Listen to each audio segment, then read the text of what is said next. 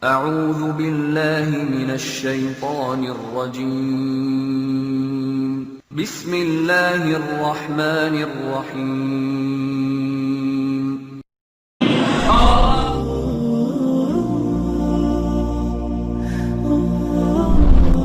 Suara normal.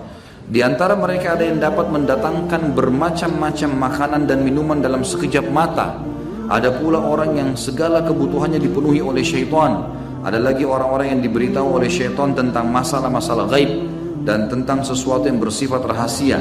Ada juga orang yang dibantu oleh syaitan hingga senjata tidak mempan terhadapnya. Ada pula orang yang didatangi oleh syaitan dalam bentuk seorang saleh di saat ia sedang beristighatsah atau meminta keselamatan kepada orang saleh yang sudah mati dengan maksud mengelabui dan menyesatkannya serta menggiringnya kepada perbuatan syirik dan maksiat kepada Allah. Jadi ini contoh-contoh saja. Ada seorang dukun dari Yaman taubat kepada Allah. Dia cerita dia sudah taubat, sekarang jadi dai. Dulu dukun.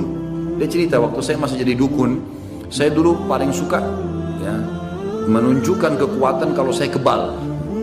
Satu waktu, ini salah satu peruqyah pernah menceritakan masalah itu. Salah seorang syekh di Saudi menceritakan tentang pengalaman dukun ini yang cerita pada dia. Tentu yang saya tonton adalah syekhnya dan bukan dukun yang sadar itu, tapi beliau mengatakannya sudah sadar dan Allah sudah, semoga Allah terima taubatnya. Intinya adalah dia bilang, pada saat saya lagi menunjukkan kehebatan saya, ada seorang anak muda datang. Anak muda ini pada saat lihat saya, dia baca Allahu la ilaha illa huwal hayyul qayyum, baca ayat kursi. Dia bilang pada saat saya tusuk badan saya, tiba-tiba saja lubang masuk, kena, berdarah semuanya. Sampai dia bilang saya dirawat di rumah sakit 3 bulan. Dukunnya ini. Setelah saya mulai sadar, mulai agak pulih, saya panggil dengan mantra-mantra, setan-setan saya datang. Lalu saya bilang sama setan-setan, kalian kemana waktu itu? Kenapa bisa saya tembus nih? Lalu ya kisah nyata begini. Lalu kemudian kata syaitannya, waktu anak muda itu baca Allahu la ilaha illallah, kami semua terlempar. Ayat kursi dibaca, terlempar semua. Dia bilang waktu itu saya sakit hati sama anak muda ini. Saya cari supaya dapat bagaimana caranya menyihir anak muda itu. Dia bilang kemudian saya cari tahu sampai saya dapat fotonya, dapat bajunya, lalu saya sihir. 3 tahun saya sihir nggak mempan-mempan. Terus saya cari tahu kenapa, apa kekuatannya orang ini. Lalu setan-setannya menyampaikan, anak muda itu tidak bisa kamu tembus karena setiap habis sholat nggak pernah tinggalkan ayat kursi. Seperti itu, gitu kan? Jadi ini contoh saja. Di sini teman-teman sekalian bagaimana syaitan menunjukkan kalau dia kebal, tapi subhanallah ayat-ayat Allah tidak bisa dikalahkan. Kalau ada orang yang meruqyah kemudian belum sembuh, jangan antum bilang oh ayat Allah ini nggak kuat berarti sihirnya lebih kuat. Enggak, bukan itu. Sama sekali bukan itu. Allah masih belum mau izinkan antum sembuh. Karena dengan cara seperti itu mungkin antum lagi lebih dekat kepada Allah. Ada orang subhanallah harus dengan kasus baru dia mau lebih dekat dengan Allah. Kalau dia lagi tidak ada kasus, dia tidak bisa dekat sama Allah. Allah kasih cobaan, gitu kan? Begitu pula di sini dikatakan kadang-kadang syaitan menjelma menjadi kayak orang saleh datang kepada dia, terutama orang-orang yang berbuat kemusyrikan kayak datang-datang ke kuburan, ngambil tanah-tanah kuburan, menganggap ini kuburan wali dan seterusnya. Maka bisa saja dia lihat nanti ada orang saleh pakai jubah putih segala, itu syaitan semua muncul. Tidak pernah dinukil kepada kita para sahabat mengatakan kami melihat Rasulullah SAW keluar lagi dari kuburan, enggak pernah. Pernah antum dengar riwayat itu? Enggak ada. Para sahabat enggak pernah ngambil-ngambil tanah kuburannya Nabi. Mereka ziarah kubur Nabi, baca salawat, salam, pergi, selesai. Dari mana ini teman-teman sekarang ambil tanah, ambil ini, ada kuburan sampai tiap hari ditambah tanahnya. Gara-gara diperjualbelikan tanah 1 genggam sekian harganya. Ini was-was syaitan semua. Di kuburan itu biasa saya lihat ada orang pakai jubah putih, saya mimpi lah, apalah segala macam. Khurafat semua. Ada yang mengatakan turuh orang tua saya datang. Orang tua dari mana? Ada yang mengaku tuh ngobrol sama orang tuanya setiap malam Jumat. Itu luar biasa itu. Nah, tidak pernah ada sahabat nukil ini kepada kita. Padahal ada Abu Bakar, ada Umar, mertua Nabi. Nggak pernah mereka nukil. Kenapa nggak dinukil kalau memang betul? Nggak ada sama sekali.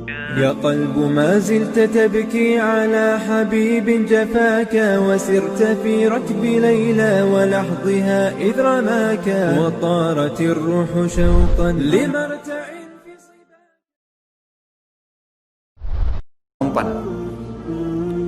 Terus saya cari tahu kenapa, apa kekuatannya orang ini. Lalu setan-setannya menyampaikan, anak muda itu tidak bisa kamu tembus karena setiap habis sholat nggak pernah tinggalkan ayat kursi. Seperti itu, gitu kan? Jadi ini contoh saja.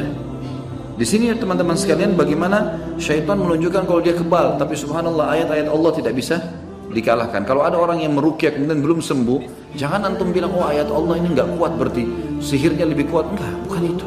Sama sekali bukan itu. Allah masih belum mau izinkan antum sembuh. Karena dengan cara seperti itu mungkin antum lagi lebih dekat kepada Allah.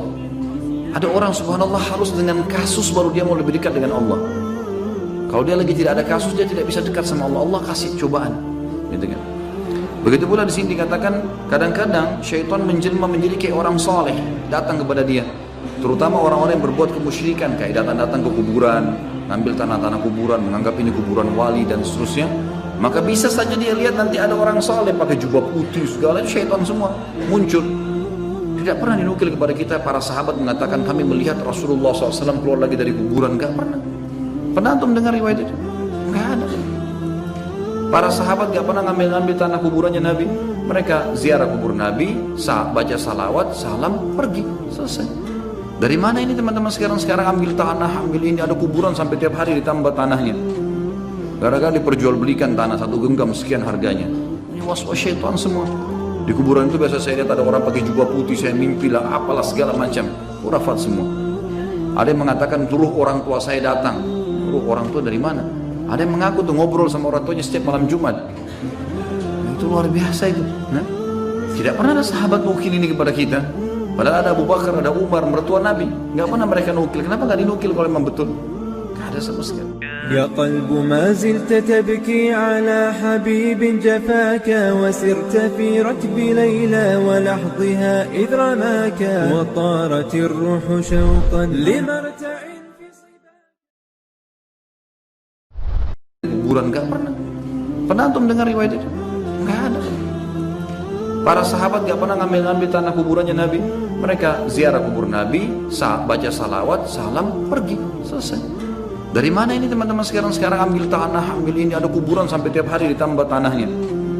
Gara-gara diperjualbelikan tanah satu genggam sekian harganya. Ini was-was syaitan semua. Di kuburan itu biasa saya lihat ada orang pakai jubah putih, saya mimpi lah, apalah segala macam. Khurafat semua. Ada yang mengatakan turuh orang tua saya datang. Turuh orang tua dari mana? Ada yang mengaku tuh ngobrol sama orang tuanya setiap malam Jumat. Itu luar biasa itu. Nah, tidak pernah ada sahabat nukil ini kepada kita. Padahal ada Abu Bakar, ada Umar, mertua Nabi. Nggak pernah mereka nukil. Kenapa nggak dinukil kalau memang betul? Nggak ada sama sekali. يا قلب ما زلت تبكي على حبيب جفاك وسرت في ركب ليلى ولحظها إذ رماك وطارت الروح شوقا لمرتع في صباك. Ada yang mengaku tuh ngobrol sama orang tuanya setiap malam Jumat. Itu luar biasa itu. Nah, tidak pernah ada sahabat nukil ini kepada kita. Padahal ada Abu Bakar, ada Umar, mertua Nabi. Nggak pernah mereka nukil. Kenapa nggak dinukil kalau memang betul? Nggak ada sama sekali. يا قلب ما زلت تبكي على حبيب جفاك وسرت في ركب ليلى ولحظها إذ رماك